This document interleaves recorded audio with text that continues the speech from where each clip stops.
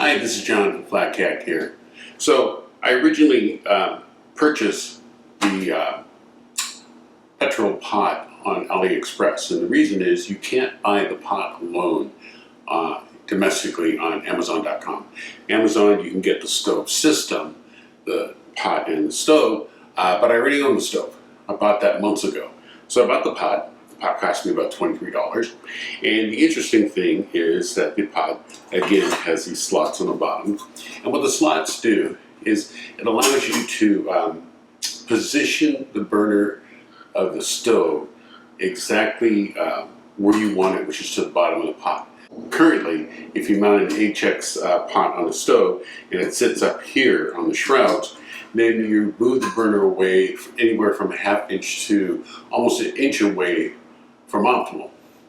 So that's the cool thing about the slots. Now, one of the stoves that works out very well with is the Soto WindMaster 3 Flex. Now, why not take an excellent HX pot and couple it with an excellent stove and look at the results?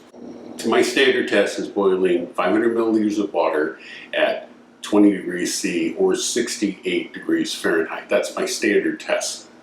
Now, with the Soto WindMaster 3 Flex on a moderate speed, it took about 6.5 grams of fuel to boil in calm condition. Now, this is surprising to me because in general, I can get a good boil on an HX pot using 5 grams of fuel. So it was a little bit higher and I wasn't sure what was going on. So I also tested it by not using the slots and sitting the pot on top.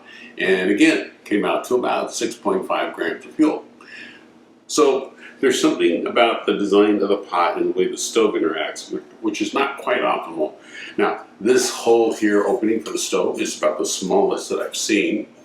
The fins are attached a little bit differently, but you know, now 6.5 grams of fuel. It's a little bit more, but not a deal breaker yet.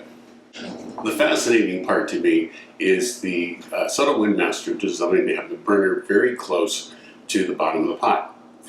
Now, the fascinating thing to me is wind tunnel testing. So I took this into the wind tunnel at 8-mile-an-hour wind, and I could boil 500 milliliters of water, and it only took 8.7 grams of fuel. Now, this is without a windscreen. This is just the stove. So, phenomenal because you don't have to add anything extra. You buy the pot, you buy the stove, you don't have to have a windscreen. Just put it on top, fire it off, and it works great. Now, there's a couple of things to keep in mind that I want you to be aware of if you want to use the Soto WindMaster 3 Flex. Number one is the way the stove is designed. It's got a clip here, so when you store it, you can put the clip, fold it over, and everything stores nice and neat. Well, that extra tab there is wide for the slots, and so it takes a lot more work to align it. Now, if it were me, if I were to do this all the time, I would just grind that off. Here's the Soto WindMaster and the 3 Flex pot support. You can see it's they use that clip to conveniently store it. You just pop that up, it spreads apart. Now, one of the things you need to understand about the 3 Flex is the way it slides on the stove. So after use, the surface gets oxidized. And this surface gets oxidized. So what happens is there's a lot of friction. Now, you can slide it in, and you can position it. And it may not be positioned perfectly, because you can move this all around and the angles all change. Now with the HX pot that you're dealing with, they really need to be equidistant. So once you put the pot supports on, you need to futz it around a little bit to make sure everything's seated correctly so it'll line up in there.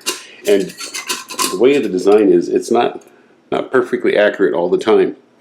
So it takes some practice, so you have to get pre-aligned and make sure that the pot support's arms are in the right position before you can install it on the pot.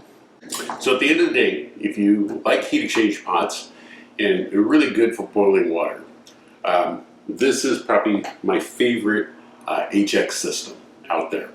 Simple, compact, and efficient.